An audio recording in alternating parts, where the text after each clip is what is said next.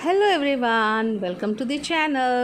పొద్దాక యూట్యూబ్లో ఇన్స్టాగ్రామ్లో నానా రకాల వంటకాలు చూస్తూ ఉంటాం.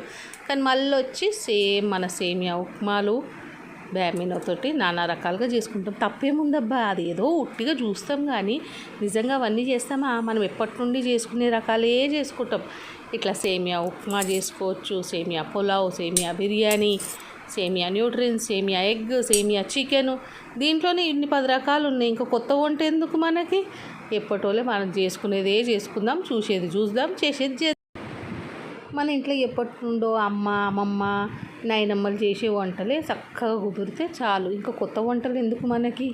వాళ్ళు చేసేటి మంచిగా రుచికరంగా వాళ్ళ దగ్గర నేర్చుకొని మంచిగా చేసుకొని తింటే హెల్తీగా ఉంటే చాలు. ఏదో టైంపాస్కి అట్లా అప్పుడప్పుడు యూట్యూబ్లో చూస్తూ ఉండాలి. అవి పాపం చూసినా కూడా చేసినా ఏమైనా కుదురుతాయా, పెడతాయా? ఒక మా నాన్న కుదరవు, పెట్టవు.